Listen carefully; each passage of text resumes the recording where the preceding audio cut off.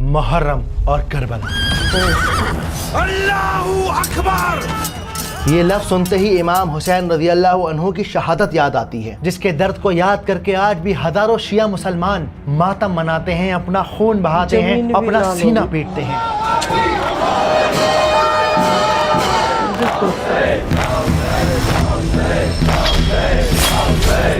ایک پولیس والا اور دیکھا دوسری وہ بھی کر طرف رہا سنی تھا۔ مسلمان ہیں جو اس مہینے میں روزے رکھتے ہیں، عبادت کرتے ہیں، حضرت امام حسین رضی اللہ عنہ کی قربانی کو یاد کر کے اس مہینے کو بڑی سادگی کے ساتھ گزارتے ہیں۔ شیعہ اور سنی دونوں ہی محرم کے مہینے کو مناتے ہیں، لیکن دونوں کا محرم منانے کا طریقہ بالکل الگ ہے۔ امام حسین کے نام سے یہ محرم مہکتا ہے، لال زمین ہوگی کو۔ اگر میں آپ سے کہوں کہ محرم کی شروعات کربلا کے میدان سے نہیں ہوئی، حضرت حسین رضی اللہ عنہ کی شہادت سے نہیں ہوئی، بلکہ اس کی حقیقت ہزاروں سال پرانی ہے۔ جڑی اس سے موسیٰ کی بھی زندگانی۔ یزید کا مطلب اتنا پرانا، اور اس حقیقت کو سمجھنے کے لیے ہمیں 1400 سال پرانے ڈیمسکس میں جانا ہوگا۔ دمسکس سال 680 سی ای، پروفٹ محمد صلی اللہ علیہ وسلم کے گزرنے کے 50 سال بعد۔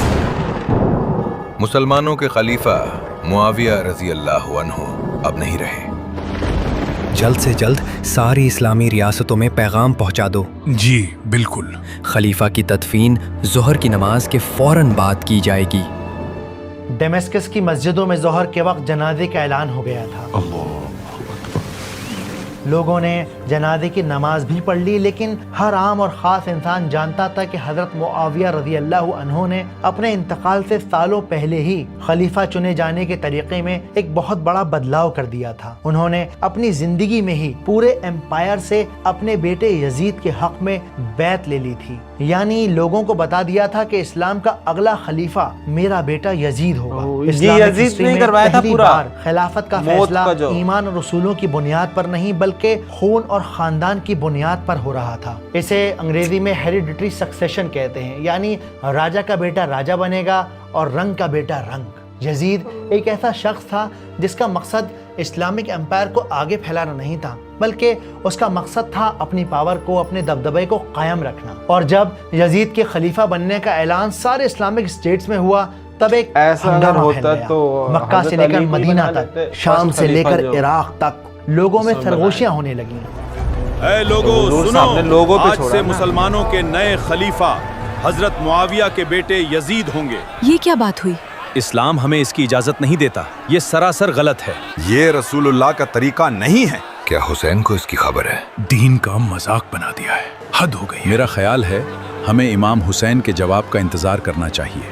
ٹھیک کہتے ہو، اس کے بعد ہی کچھ کہنا ٹھیک ہوگا۔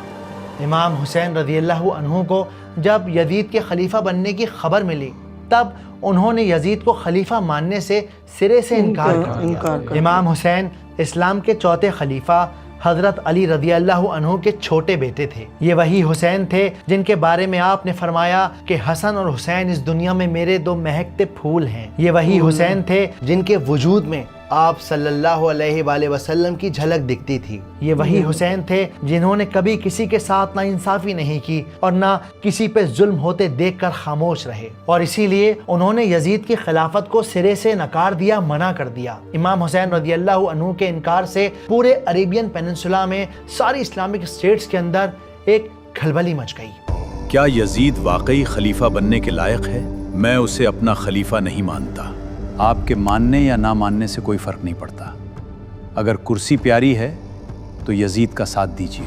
حسین تو پیغمبر کے نواسے ہیں، اگر وہ انکار کر رہے ہیں تو پھر ہم یزید کو اپنا خلیفہ کیسے مان سکتے ہیں؟ بات تو آپ کی ٹھیک ہے، حسین کی رگوں میں حق اور نبی پاک کا خون شامل ہے، ان کی بات کو یوں نظر انداز نہیں کیا جا سکتا۔ یزید نے لاکھوں کوششیں کی کہ کسی صورتحال امام حسین کسی طرح سے یزید کو اپنا خلیفہ مان لیں تاکہ اسلامک امپائر کے اندر یہ جو کھلبلی مچی ہوئی ہے اسے کنٹرول کیا جا سکے۔ لیکن امام حسین اپنی بات سے ٹس سے مس نہ ہوئے، اور اسی بیچ کوفہ کے ایلیٹس نے، اونچے عہدوں پر بیٹھے ہوئے لوگوں نے امام حسین کو خط لکھنا شروع کر دیے۔ ان طاقتور لوگوں نے اپنے خطوں میں لکھا کہ اے حسین، ہمارے پاس کوئی امام نہیں، یزید کا ظلم حد سے پار ہو گیا ہے، اسلام کے جن اصولوں پر ریاست بنائی گئی تھی یزید انہی اصولوں کو توڑ رہا ہے۔ ہم کافی وقت سے آپ کو خط لکھ رہے ہیں، آپ پیغمبر اسلام صلی اللہ علیہ وسلم کے نواسے ہیں، ہمیں آپ کی ضرورت ہے، اسلام کو آپ کی ضرورت ہے۔ اگر آپ ہی حق کا پرچم نہیں اٹھائیں گے تو پھر عام لوگ حق کے لیے آواز کیسے اٹھائیں گے؟ ہم آپ کے ساتھ ہیں، آپ کے وفادار۔ امام حسین نے ان خطوں کو حجت تمام مانا، یعنی کہ فائنل آرگیومنٹ مانا۔ امام حسین کو لگا کہ اگر وہ ان خطوں کا جواب نہ دیں یا پھر ان لوگوں کے پاس واپس کوفہ لوٹ کر نہ جائیں تو لوگ کہیں گے کہ ہم نے تو آپ کو بلایا تھا لیکن امام آپ ہی نہیں آئے۔ اور پھر اس کے بعد امام حسین نے اپنے کچھ ساتھیوں کو لے کر کوفہ کا سفر شروع کر دیا۔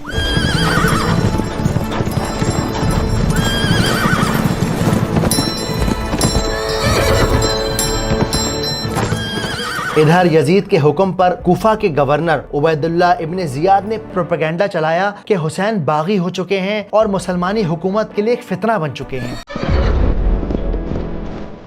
یزید نے خط لکھنے والوں کو دھمکایا اور اعلان کیا، یزید کو خلیفہ نہ ماننے والوں کو ان کے عہدوں سے برخاست کر دیا جائے گا، ان سب کا حقہ پانی بند کر دیا جائے گا، اور ریاست غداری کے الزام میں ان کی ساری جائیداد پر قبضہ کر لے گی۔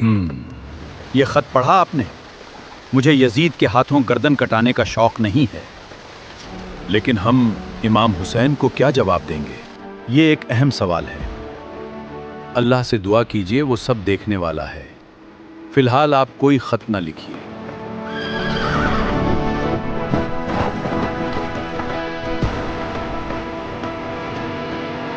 یہ آپ کیا کہہ رہے ہیں؟ ہم امام حسین کا راستہ روکیں، ان سے جنگ کریں، ان کا خون بہائیں؟ وہ رسول اللہ کے نواسے ہیں، شیر خدا علی کے بیٹے ہیں۔ یزید کا حکم یعنی ریاست کا حکم۔ جائیے امام کو کوفہ میں داخل ہونے سے روکیے، یا تو آپ ہمارے ساتھ ہیں یا ہمارے خلاف۔ ڈر اور لالچ کے چلتے یزید کے حکم کی تعمیل ہوئی۔ امام حسین رضی اللہ عنہ کو کوفہ پہنچنے سے پہلے ہی کربلا کے میدان میں یزید کی فوج نے گھیر لیا۔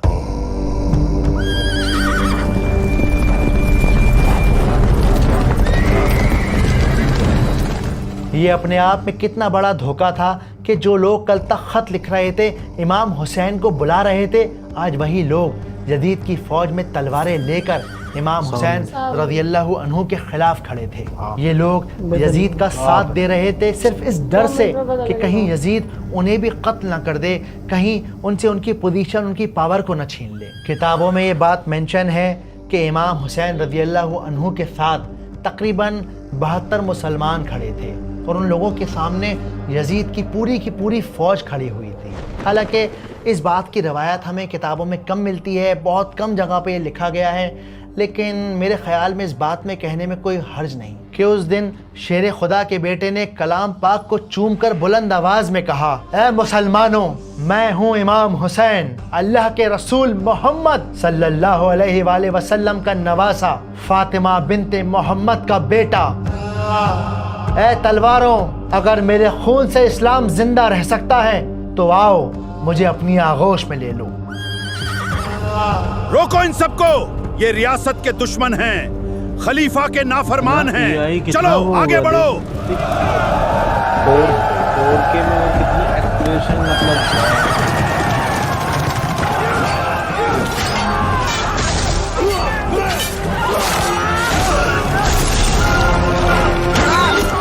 اللہ اکبر،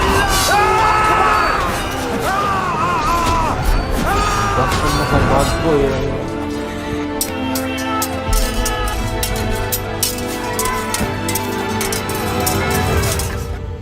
امام حسین رضی اللہ عنہ اپنی آخری سانس تک لڑتے رہے، لیکن یزید کی فوج نے انہیں اور ان کے ساتھیوں کو شہید کر دیا۔ اس جنگ میں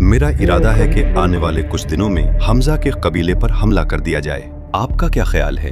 لیکن یہ تو محرم کا مہینہ ہے، اس میں ہم جنگ کیسے کر سکتے ہیں؟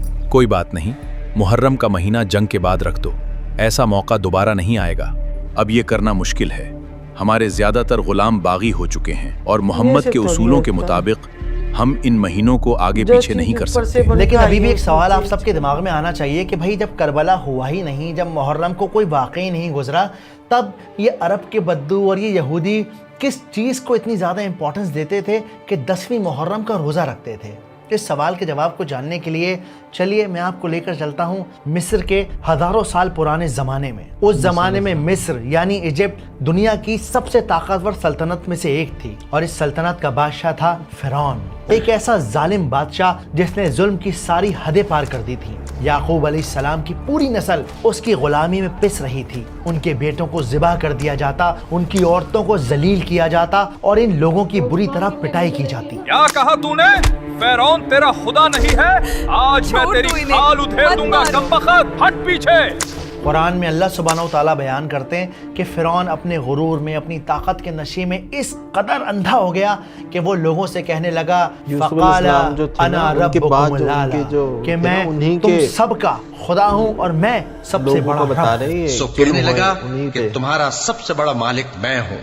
اور آخر کار اس تکبر اور غرور کو مٹی میں ملانے کے لیے اللہ سبحانہ و تعالیٰ نے حضرت موسیٰ علیہ السلام کو بھیجا، بنا کسی فوج کے، بنا کسی ہتھیار کے، بنا کسی دولت کے، صرف ایک لکڑی کی لاٹھی اور اپنے رب پر پختہ یقین کر کے موسیٰ علیہ السلام اس وقت کے سب سے بڑے ظالم فرعون کے سامنے کھڑے ہو گئے. آپ نے اسے اس کے محل میں کھڑے ہو کر للکارا، اسے بتایا کہ وہ خدا نہیں ہے، بلکہ خدا وہ ہے جو اس زمین اور آسمان کو چلاتا ہے. خدا وہ ہے جو چیٹی کو بھی رزق کھلاتا ہے. خدا وہ ہے جو صبح اور شام کرتا ہے. خدا وہ ہے جو پانی کو بہاتا ہے.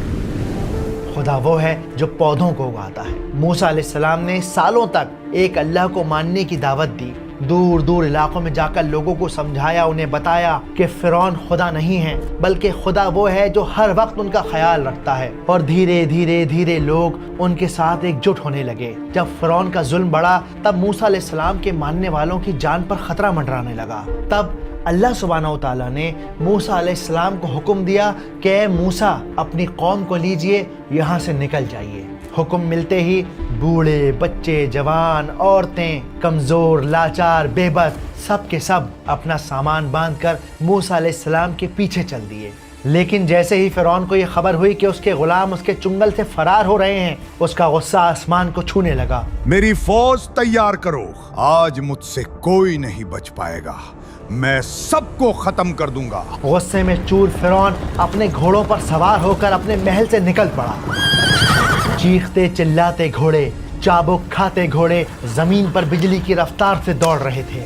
ادھر موسیٰ علیہ السلام سمندر کے سامنے کھڑے سوچ رہے تھے کہ یہ اللہ کا کیا فیصلہ ہے. چیختا چلاتا سمندر، ٹھاٹے مارتا سمندر، اس سمندر کی لہریں موسیٰ علیہ السلام کے لوگوں کے جسم میں خوف بن کر دوڑ رہی تھیں، اور دوسری طرف دھول اڑاتی ہوئی فرعون کی ظالم فوج موت بن کر موسیٰ علیہ السلام کی قوم کی طرف بڑھ رہی تھی. دائیں اور بائیں بھاگنے کا کوئی راستہ نہ تھا. اور پھر جیسے آسمان نے بھی موسیٰ علیہ السلام کی قوم سے منہ موڑ لیا، خوفناک آندھی چلنے لگی. دھول اور غبار کے طوفان نے لوگوں کو اپنی آغوش میں لے لیا. وہ لاچار لوگ ڈر سے کانپ اٹھے، عورتوں کی چیخیں گونجنے لگیں، اور خوف کا یہ عالم تھا کہ معصوم بچوں نے ماؤں کے دودھ تک چھوڑ دیے. پورا ماحول ایک ایسی چیختی خاموشی میں بدل گیا جہاں ہر چیخ آنے والی موت کا پیغام تھی. کمزور ایمان والے بری طرح چلائے، اے موسیٰ آج تم نے ہمیں مروا دیا. موسیٰ علیہ السلام لوگوں کی بات سن کر ذرا نہ گھبرائے، بلکہ آپ کے چہرے کے اوپر خوف کی ایک شکن تک نہ آئی. آپ نے مسکرا کر کہا کلا انا معی ربی سیہدین، میرا رب میرے لیے راستہ ضرور نکالے گا. تو موسیٰ کے ساتھی کہنے لگے کہ ہم تو پکڑ لیے گئے. موسیٰ نے کہا ہرگز نہیں، میرا پروردگار میرے ساتھ ہے، وہ مجھے راستہ بتائے گا. اس وقت ہم نے موسیٰ کی طرف وہی بھیجی کہ اپنی لاٹھی سمندر پر مارو. جیسے ہی وہ لاٹھی پانی پر پڑی، پانی دو ٹکڑے ہو گیا. دیواروں کی طرح، پہاڑوں کی طرح سمندر کا پانی دونوں طرف کھڑا ہو گیا، اور اس گہرے سمندر کے بیچ میں سوکھی زمین کا ایک راستہ کھل گیا. موسیٰ علیہ السلام اپنی قوم کے ساتھ اس راستے پر اتر گئے. موسیٰ علیہ السلام کو دیکھ فرعون بھی اپنی فوج کے ساتھ اسی سمندر والے راستے پر اتر پڑا، اور جب فرعون ٹھیک بیچ میں تھا اسی لمحے پانی نے فرعون کو، اس کی سلطنت کو، اس کے غرور کو اپنی آغوش میں لے لیا۔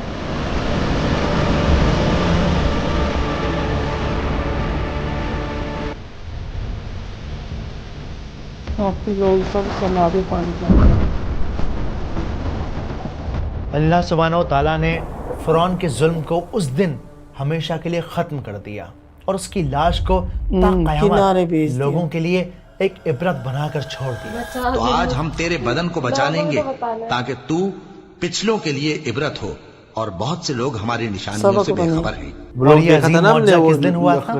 یہ عظیم معجزہ ہوا تھا محرم کی 10ویں تاریخ کو، اور اسی 10ویں تاریخ کو عاشورہ کا دن کہا جاتا ہے۔ عاشورہ عربی کا لفظ ہے جس کا مطلب ہوتا ہے 10 یعنی کہ 10، اور یہ عاشورہ کا دن کسی عام فتح کا دن نہیں ہے، بلکہ یہ توکل کا وہ سبق ہے کہ جب انسان یہ سوچے کہ جس روز سارے راستے بند ہوں گے نا، لگے گا کہ ارے اب تو کہیں میں جا ہی نہیں سکتا، تب تم اپنے دل میں یہ بات یقین کر لو کہ وہ ہے جو تمہارے لیے راستہ نکالے گا، بالکل اس طرح جس طرح موسیٰ علیہ السلام کے لیے سمندر کو پھاڑ کر راستہ نکالا ہے۔ صرف کربلا تک نہیں سمتی یہ کہانی ہے، جڑی اس سے موسیٰ کی بھی زندگانی ہے۔ پتہ ہے ہم سب کو اپنے اندر سوال پوچھنے کی عادت پیدا کرنی چاہیے۔ آپ کو اس وقت مجھ سے سوال پوچھنا چاہیے کہ مکتوب بھائی یہ تو بتائیے کہ یہ ہزاروں سال پرانا واقعہ آپ یہ بات کیسے کہہ سکتے ہیں کہ یہ 10ویں محرم کو ہی ہوا تھا اور اسے عاشورہ ہی کہتے ہیں؟ اس سوال کے جواب میں ہمیں ایک اوتھینٹک حدیث ملتی ہے۔ جب نبی پاک محمد صلی اللہ علیہ وآلہ وسلم مکہ سے مدینہ تشریف لے کر آئے تو آپ نے دیکھا کہ مدینہ کے یہودی یعنی جیوز عاشورہ کا روزہ رکھتے ہیں۔ آپ نے پوچھا کہ بھائی آپ لوگ یہ روزہ کیوں رکھتے ہیں؟ یہ بڑا دن ہے، اس دن اللہ نے موسیٰ علیہ السلام اور ان کی قوم کو بچایا اور فرعون کو سمندر میں ڈبا دیا، تو موسیٰ علیہ السلام نے شکرانے کا روزہ رکھا، اس لیے ہم بھی اس دن روزہ رکھتے ہیں۔ ان یہودیوں کا جواب سن کر آپ صلی اللہ علیہ وآلہ وسلم نے فرمایا کہ موسیٰ علیہ السلام پر تم سے زیادہ حق ہم مسلمانوں کا ہے، اور پھر آپ نے خود بھی روزہ رکھا اور باقی مسلمانوں کو بھی اس روزے کو رکھنے کا حکم دیا۔ اللہ کے رسول صلی اللہ علیہ وآلہ وسلم کی ہمیں ایک حدیث ملتی ہے جس میں آپ صلی اللہ علیہ وآلہ وسلم نے فرمایا کہ عاشورہ کے دن کا روزہ رکھو، کیونکہ اللہ عاشورہ کے روزے داروں کے 1 سال کے پچھلے گناہوں کو معاف کر دیتا ہے۔ اللہ کے رسول صلی اللہ علیہ وآلہ وسلم نے یہ فرمایا کہ اگلے سال میں 9 اور 10 یا پھر 10 اور 11 محرم کا روزہ رکھوں گا، لیکن اگلے سال محرم آنے سے پہلے ہی اللہ کے رسول صلی اللہ علیہ وآلہ وسلم اس دنیا سے پردہ فرما گئے۔ تو کوشش کیجئے 9، 10 اور 11 کو روزہ رکھیے، اپنے رب کا شکر ادا کیجئے، امام حسین رضی اللہ عنہ کی شہادت کو اپنے دل میں زندہ رکھیے۔ سفینت نجات حسین زندہ باد، حسین زندہ باد۔ عاشورہ کا دن یعنی وہ دن جب اللہ سبحانہ و تعالیٰ نے موسیٰ علیہ السلام کے لیے راستہ بنا دیا۔ لیکن آپ یہاں پر ایک چھوٹی سی بات کو نوٹ کیجئے گا کہ اللہ سبحانہ و تعالیٰ نے کہا کہ موسیٰ لاٹھی کو پانی پر مارو۔ اللہ سبحانہ و تعالیٰ چاہتے تو ایسے ہی سمندر کے 2 ٹکڑے کر دیتے، اس کے باوجود بھی لاٹھی کو پانی پر مارنے کا حکم کیوں دیا؟ تاکہ دنیا کو، لوگوں کو یہ بات سمجھائی جا سکے کہ آپ نے کوشش کرنی ہے، ایفرٹ کرنا ہے، اور باقی کا کام اللہ سبحانہ و تعالیٰ کے حوالے ہے۔ اور یہی سوچ کر میں نے آپ لوگوں کے لیے ایک AI ماسٹر کلاس کو ڈیزائن کیا ہے، جس میں آپ بیسک سے لے کر ایڈوانس تک صرف 500 روپے کی چھوٹی سی قیمت میں AI کو سیکھ سکتے ہیں۔ اس طرح کا کورس مارکیٹ میں 7-8 ہزار روپے کا مل رہا ہے۔ تو اگر آپ اپنی زندگی میں کچھ بدلاؤ لانا چاہتے ہیں، گھر بیٹھے اپنی کمائی کو شروع کرنا چاہتے ہیں، AI کی مدد سے اپنے بزنس کو گرو کرنا چاہتے ہیں، اپنا کوئی YouTube چینل شروع کرنا چاہتے ہیں، کسی کا سہارا بننا چاہتے ہیں، یا صرف نالج حاصل کرنا چاہتے ہیں تو ابھی www.reallymaktoob.com پر جا کر ہماری AI ماسٹر کلاس کو جوائن کریں. 99.9 پازیٹیو فیڈ بیک ہے ہمارا. میں کہوں گی کہ سیکھنے والے تھک گئے لیکن سکھانے والے ہمارے مکتوب بھائی نا سٹارٹنگ ٹو اینڈ تک اتنے ہی جوش سے ہمیں سکھاتے رہے. الحمدللہ الحمدللہ. آپ نے اتنے کم اماؤنٹ میں ہمیں اتنی بڑی انفارمیشن پرووائڈ کر دی نا, میں سیریسلی بتا سکتی ہوں اتنی طرح سے کوئی نہیں سکھا سکتا تھا. اس کورس کو بنانے کے پیچھے ایک بہت بڑا مقصد یہ ہے کہ لوگ اس سے فائدہ اٹھا سکیں. جو لوگ افورڈ نہیں کر سکتے وہ بھی کم داموں کے اندر اس صدی کا سب سے بڑا ریولیوشن AI کو سیکھ سکیں, اپنی زندگی کو بدل سکیں. کورس کو جوائن کرنے کا لنک میں نے ڈسکرپشن میں بھی اویلیبل کرا دیا ہے. دادا ابو آپ بھی AI سیکھیں گے؟ کیوں نہیں, علم کی کوئی عمر نہیں ہوتی. آپ میرا رجسٹریشن جلدی سے کر دیجئے.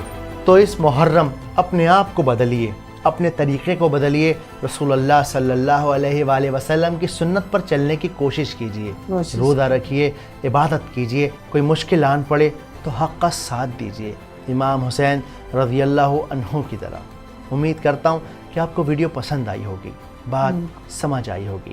مجھے اور میری ٹیم کو دیوار پہ کیا لکھا ہے بتانا میرے کو. جزاکم اللہ خیر. السلام علیکم.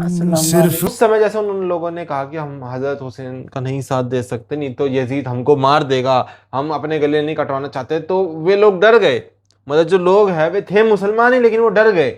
لیکن آج کے مسلمانوں کو کربلا کی کہانیاں جیسے واقعہ جو کربلا کا واقعہ وہی سنا تو ان کے اندر جذبہ آتا ہے ایک کہ جو ہمارے سے پہلے جو بزرگ تھے ہمارے انہوں نے جھکے نہیں, وہ ہیں ان کے اندر جذبہ, وہ جذبہ ان کے اندر نہیں تھا اس سمے, نہیں تو یہ واقعہ ہی نہیں ہوا ہوتا. تو یہ ایک ہمت دینے کے لیے بھی یہ شاید کیا پتا اللہ نے کروایا ہو کہ لوگوں کو آگے ہمت آئے سن کے کہ کربلا میں کیا ہوا تھا, کہ مسلمان ہی مسلمان پہ کر رہے تھے. ایک تو میں بیمار ہوں, میری بہت زیادہ آواز نہیں آتی ہے, جو آتی ہے وہ سمجھ لینا.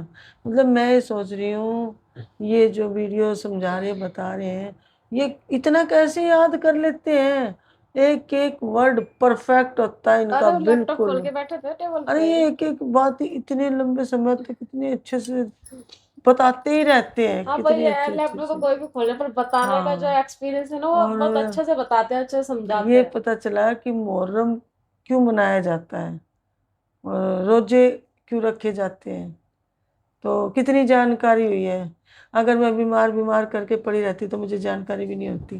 کتنا اچھا لگا یہ سب جانکاری دیکھ کے.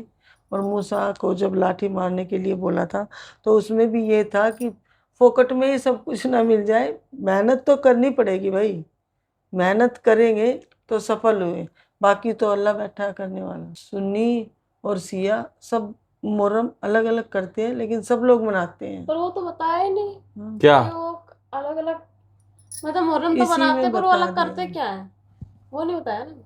وہ الگ ایک ٹاپک ہے. ابھی یہ بتا رہے کہ اس سے ریلیٹڈ کیسے ہے, محرم کیا ہے, محرم کیا کیسے روزہ کیوں روزہ رکھتے ہیں, پہلے سے کیا ریلیٹڈ ہے وہ سب بتائے. وہ بتائیے بھائی, مطلب محرم تو بہت سینسیٹیو ٹاپک ہے نا, تو یہ بھی کیا بتا رہے سنا لینا چاہتے ہیں.